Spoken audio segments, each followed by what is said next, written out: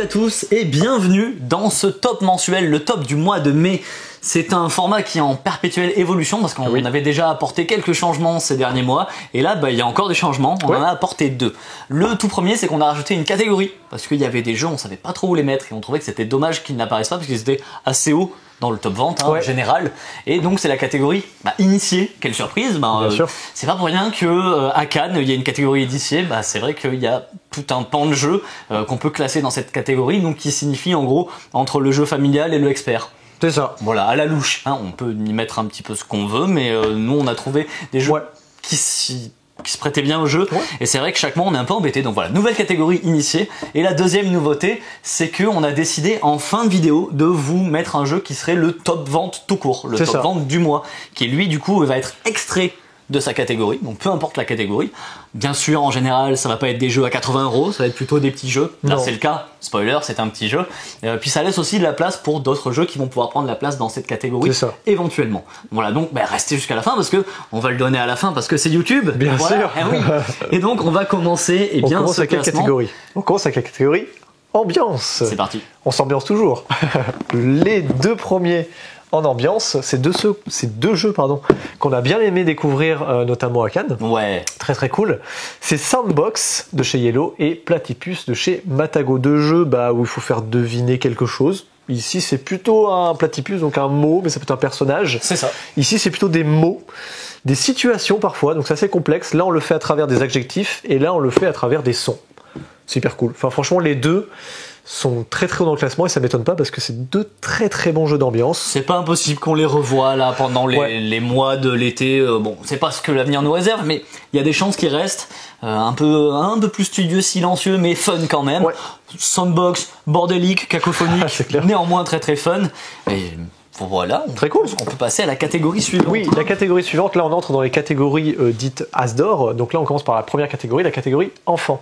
Et on a dans ce petit top un petit jeu, Kinoko. Hop, petit jeu de cartes très très chouette qui reprend cette mécanique un peu d'Anabi, très sympa. Tout à fait. Et ici, évidemment pas l'indétrônable, mais il est quand même souvent sur le trône. Oui.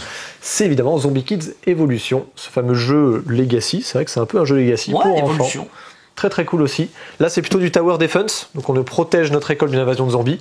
Et là on est plutôt sur un jeu, je saurais pas comment le dire en fait, c'est un jeu de collection, de bluff, de paris, de guessing un petit peu, de mémoire, donc une sorte de Hanabi, on est les uns contre les autres et il va falloir essayer de comprendre ce que vous avez dans votre main, où sont les cartes, se souvenir où sont les cartes. Il y en a qui sont visibles, d'autres non. Il y a des collections à avoir et à ne surtout pas avoir. Et surtout ce que j'aime beaucoup dans cette sélection enfant, enfin dans cette sélection, dans ce top enfant, parce qu'on n'a pas choisi, c'est que c'est des jeux, quand vous êtes adulte, vous pouvez y jouer sans problème. C'est vrai. Ils sont dans le rayon enfant, ils sont à partir de 6 et 7, c'est bien ça. Mais moi c'est des jeux là, on les propose cash. Je suis partant l'un comme l'autre. Ils auraient pu être dans la catégorie famille. Mais c'est vrai, complètement. C'est plutôt ambiance. La catégorie famille, c'est celle qui arrive, on va dire maintenant, ce qu'on n'appelle pas famille, ce qu'on appelle en fait tout public. Et dans le tout public, on a évidemment, comme d'habitude, le Skijo. L'éternel. On le présente plus. Et un jeu que j'adore dans cette catégorie, qui a eu l'As d'or notamment. Seven Wonders Architect, la version un peu plus accessible de Seven Wonders, avec un univers qui est bien, je dirais, un peu mieux travaillé quand même que son plus grand frère. Un peu moins froid aussi, je trouve qu'il y a beaucoup plus d'interactions, c'est plus immersif. Très bon boulot là-dessus en plus en termes d'édition. Chapeau. C'est génial, moi j'aime beaucoup. En termes d'édition, Skijo, je sais pas. Quasiment zéro, mais en fait, c'est pas du tout ce qu'on lui demande. Non, pas du tout. Il fait ce qu'il a à faire, mais de la meilleure des manières, et c'est pas pour rien qu'on le voit quasiment tous les mois. Et je pense que ces deux-là, on va les revoir. Ils vont s'installer dans le coin un bon moment dans cette catégorie-là, et c'est pas pour rien. Oui. Autre catégorie maintenant, la fameuse catégorie. On vous a dit au début qu'on rajoutait une catégorie, c'est la catégorie initiée. Et dans cette catégorie, on a, un petit Villainous qui fait plaisir, je crois que c'est une des 5e boîtes, si on compte. Il y a marqué extension numéro 4 là. Ouais, alors c'est une extension, mais c'est aussi un standalone. Chaque extension de Villainous rajoute à chaque fois 3 nouveaux personnages, 3 méchants. On met pas les extensions dans le top, on les sort volontairement. Des fois, il y a des extensions qui sont assez hauts. Je le dis, cette semaine, il y avait Narak qui était assez haut. On a décidé de pas mettre l'extension de Narak parce qu'on voulait montrer les jeux qui sont des jeux jouables. Il y avait autre chose aussi. Il y avait Narak, il y avait une autre extension. Oui, mais je m'en rappelle plus. Je sais plus ce que c'était. Donc Villainous, dans lequel on va retrouver Madame de Tremaine. Oui. Du dessin animé. Cendrillon. Cendrillon, merci. Là, moi je sais évidemment. Gaston et son torse velu. La Belle et la le Bête. Seigneur des Ténèbres. Taram et le chaudron magique, si vous ne l'avez pas vu, il est excellent. Et ici on a Sylve aussi qui a très très bien cartonné. Alors je pense que c'est entre autres par rapport à son design, mais aussi franchement sa méca, à force d'y rejouer, moi je trouve que c'est un jeu hyper riche. Il y a plein de choses à faire et le tour il est ultra simple. Vous concoctez des potions, vous pouvez élever des animaux. C'est du placement d'ouvriers, mais en fait vos ouvriers c'est des dés. Et à la fois de la collecte de ressources, mais aussi de la majorité pour récupérer des sylves qui correspondent à des animaux que vous allez libérer dans les bonnes sylves. C'est hyper malin, c'est très efficace, c'est très beau, c'est très bien édité. Ça m'étonne pas. Nous on l'a mis en tout cas dans la catégorie initiée. Je sais pas si les auteurs ou les éditeurs l'auraient mis dedans, mais ou le jury. Moi, je le vois très bien dans cette franchement, catégorie. c'est une catégorie. C'est pas un expert, c'est pas non plus accessible. Si c'est votre premier jeu de société de votre vie, ça va être un peu compliqué. Oui, en fait, la catégorie initiée, souvent, il y a les jeux à partir de 10 ans qui se mettent dedans. C'est vrai, ça 10-12. Voilà, si celui-ci, en tout cas, si Seven Wonders Architect était dans la catégorie tout public, son grand frère, techniquement, est dans la catégorie initiée. Donc voilà pour les deux jeux dans la nouvelle catégorie. Surtout Sylve, très forte interaction. Oui, très très forte. On reste dans la catégorie maintenant. Donc on avait fait enfant, on a fait tout public, on a fait initié. Maintenant c'est la grosse catégorie expert. Et j'aime beaucoup les deux jeux sélectionnés parce qu'ils n'ont rien à voir entre eux. Déjà dans leur thème, parce qu'ici on a une toute petite boîte Age of Civilization qui est juste. J'adore ce top, ce top expert. Il me fait très plaisir. Alors pourquoi? Parce que Age of Civilization. Et pourquoi? Et parce que une autre petite boîte qui fait plaisir. Il est énorme par rapport à Age of Civilization. Deux très bons jeux. Celui-là, on y a joué. Moi je l'ai acheté. Je trouve ça oufissime en fait. Ouais, c'est incroyable ce qu'il y a dans cette petite boîte. J'ai ragé, je voulais avoir l'idée quoi. C'est juste trop bien. T'as la sensation d'une civilisation, mais dans un tout petit paquet. Et le gars, il a fait un mode solo, mais. Il y a plus de règles dans le mode solo que dans le jeu de base. Oui, c'est incroyable. Il y a une espèce de mini-campagne, mais même dans le jeu de base, il y a 40 civilisations. Vous allez en jouer peut-être 4-5 dans la partie. C'est vrai. Waouh, qu'est-ce que c'est complet.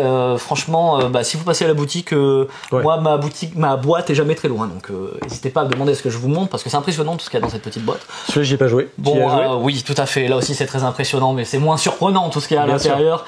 Ark Nova. Je vais redire ce que j'avais dit un peu le mois dernier. On dit souvent que c'est le jeu expert de l'année et je suis 100% d'accord. Alors j'ai pas joué à tous les jeux experts de l'année, mais c'est difficile de faire mieux à mon avis parce que c'est incroyablement bon. On le compare très souvent à Terraforming Mars. Il y a totalement un feeling Terraforming Mars, mais alors il est suffisamment différent dans ses mécaniques comme dans sa thématique pour ne pas souffrir la comparaison. Et si vous avez Terraforming Mars à la maison, vous pourrez avoir aussi Ark Nova. Je pense pas qu'il se fasse concurrence. Bref, je suis tellement content de cette sélection. C'est clair, ce top là, expert. Ce top, il est vraiment très très bon. Toute catégorie. Age of Civilization, j'ai vu que bientôt il allait y avoir Age of Galaxies de monsieur Jeffrey CCH encore. Donc moi, ce que j'aime dans la vie, c'est les jeux de gestion de civilisation. Si dans l'espace, c'est encore mieux. Hein. On en reparlera. Elle est très belle ce top, tout confondu d'ailleurs. Là, on enchaîne sur une autre catégorie, c'est la catégorie 2 joueurs. Et là, c'est tous les clients qui me font plaisir parce que c'est deux jeux que j'adore. Déjà, un peu plus connu qui vient pas d'arriver contrairement à son voisin, c'est Jekyll vs Hyde qui est un super jeu de pli pour deux asymétrique avec Jekyll contre Hyde, c'est trop bien. Si vous ne le connaissez pas, jouez-y. Et enfin, Pitch Out, mais le 2, parce que Pitch Out 1 il était déjà sorti il y a longtemps, il avait aussi cartonné chez nous, et Pitch Out 2 maintenant il revient, donc Pitch Out 2 c'est pas une extension, c'est aussi une boîte de base, mais si vous avez les deux, il y a des règles je crois chez Jocus, ou chez Gigamix, je crois chez Jocus. Il me semble que c'est chez Jocus en fait, où vous trouvez des règles sur pour le jouer. site Pitch Out en fait. Voilà, c'est ça, sur le site de Pitch Out. Du coup, vous trouvez des règles pour jouer à plusieurs. Donc, c'est du 2 contre 2 en fait. C'est assez ouf. À 3, chacun pour soi. Chacun pour soi à 3. Propose les différentes variantes. Très cool, mais j'avoue qu'il faudrait jouer sur une table triangulaire du coup. Il faut une grande table du moins. Dans un premier temps, ce sera déjà pas mal. C'est super si vous aimez les jeux de tactique type bien. Wargame, mais en y ajoutant ce côté pitchnet, c'est trop bien Pitch Out. C'est vraiment aussi une idée que j'aurais aimé avoir. Mais Adrien Charles en a fait autrement. Bravo. Voilà, bien joué à lui. Et franchement, Jekyll vs Hyde, c'est trop bien. Enfin, si vous cherchez un très bon jeu de cartes à deux, c'est vraiment très bon. On a l'autre catégorie maintenant qui est moins à 2 joueurs, qui peut marcher à 2 joueurs, mais c'est la catégorie coopérative. Catégorie coop, on a que des petits jeux. Il y a un tout premier petit jeu, hop, qui est Sprolopolis, qui est très facile à prononcer. Un petit jeu d'agencement, d'ailleurs, je sais pas comment on va faire, il faudrait le poser comme ça. Pour que vous le voyez bien. Voilà, Sprolopolis qui est un jeu d'agencement, un petit peu à la King Domino. En fait, on superpose des cartes là pour le coup, pour créer différentes zones et vous avez des objectifs communs du coup à réaliser. King Domino au pays de SimCity. Ouais, c'est un truc un peu comme ça. Dans la petite gamme. Et on reste toujours chez le même éditeur, parce que c'est Matago ici. Hein. Matago représente les jeux coopératifs actuellement. C'est Level 10 qui va beaucoup faire plaisir aux joueurs de The Mind, un peu plus quand même de The Game, parce que là l'idée étant de jouer des cartes dans l'ordre, un petit peu comme dans The Game, sauf que là vous devez avancer par niveau à chaque fois, il y a 5 niveaux, donc il faut toujours aligner les bonnes colonnes au bon moment. C'est assez jouissif quand on réussit. C'est pas forcément facile de gagner, je trouve, dans cette petite boîte de Level 10. Mais c'est très très bon, Level 10. Si vous cherchez un petit jeu à transporter n'importe où pour jouer comme ça, passer le temps, c'est très très efficace. Voilà pour la catégorie, la petite catégorie coopérative. Et on arrive à la dernière catégorie qui est aussi coopérative, c'est la catégorie JDR. Et là, on a un JDR un peu particulier, qui est l'apérole. Alors lui, ça fait un moment qu'il est à la boutique. Oui. Il est pas dans le top, et là je ne sais pas pourquoi, il est monté. Ouais. Peut-être qu'on l'a beaucoup recommandé ces derniers temps, c'est pas étonnant parce qu'on a vraiment de plus en plus, alors vraiment de manière exponentielle, de personnes qui nous disent « Bonjour, j'y connais rien en JDR, mais j'aimerais bien faire du JDR » et ça me fait toujours très très plaisir quand j'entends ça. Et c'est vrai que Apérole s'y prête très bien, donc il y a 2 boîtes comme ceci d'Apérole. Il y a celle-ci qui s'appelle Le Dragon de Foudre au Ciel et les autres c'est les Disparus de Markham High. Ouais. Donc ici une ambiance un peu de Dungeons et Dragonesque. Dans l'autre on est plus sur du contemporain avec des sectes et des trucs tentaculaires d'autres dimensions maléfiques.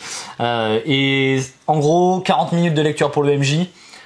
Règles et scénario compris, et on se lance dans un scénario qui dure une soirée.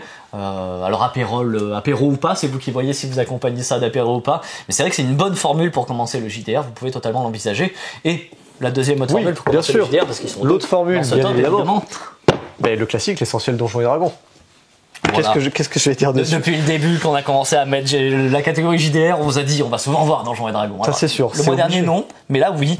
Et l'essentiel, c'est également une super porte d'entrée si vous voulez aller voir comment ça se passe du côté de Donjons et Dragons. Alors Apérole, on est plutôt dans les jeux narratifs où il n'y a pas besoin de matériel en gros, à part des feuilles et des dés, mais on n'a pas forcément besoin de dessiner ou de pions ou quoi. Tandis que en face Donjons et Dragons, c'est plutôt simulationniste, déplacement case par case, et c'est ce qui a inspiré les jeux vidéo de JDR en déplacement case par case, RPG classique, tout simplement, ça vient de Donjons et Dragons tout ça. Voilà pour ce top, je crois qu'on a fait... Parce que du coup maintenant il y a le top du top du top. Oh punaise, j'allais oublier le top. Et on n'est pas encore habitué. Oh là là, mon dieu. Le top vente de ce mois-ci, il était là depuis le début. Toute catégorie confondue, c'est le paquet de chips, mesdames et messieurs. C'est oufissime. C'est oufissime parce que ce jeu, il est... Comment dire ? Il est aussi fun que simple, quoi. C'est incroyable. Il y a rien dans ce paquet. Enfin, il y a rien. Si, il y a quand même quelque chose. Il y a un auteur déjà, Théo Rivière, très très bon. Et il a eu le vent en poupe en ce moment. Il nous a fait des jeux, c'est incroyable.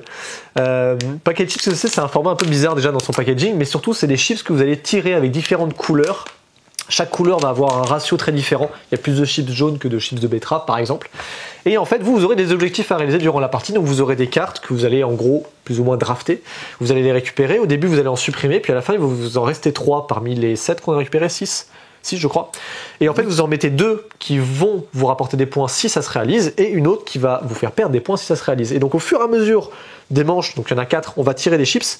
Et plus ça commence à se rapprocher vers la fin, plus vous commencez à jauger vos cartes et vous dire ok, ça va rapporter des points, ça je pense c'est pas réalisable donc je perdrai pas les points, et parfois la dernière chips qui sort vous fait tout foirer ou au contraire tout réussir, et c'est là tout le petit sel du jeu, évidemment petit jeu de mots, ce petit croquant.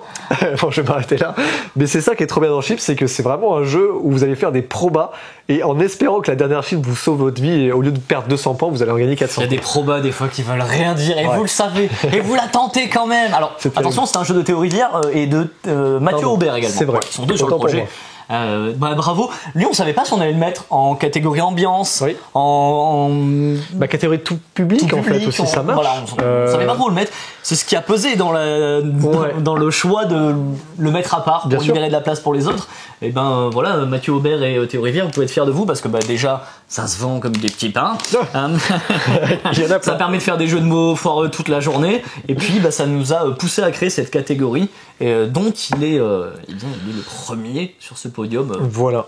Toute catégorie confondue. Même s'il aurait rejoint, je pense, la catégorie quand même plutôt ambiance. Plutôt ambiance, a priori. Enfin, moi, en tout cas, ça me fait marrer. Donc, je l'aurais mis ambiance. Voilà pour ce top. Oui. Mais je pense qu'on va se quitter là avec ce fameux paquet de chips. Et on vous dit à très bientôt chez Jeux des Cartes Bordeaux.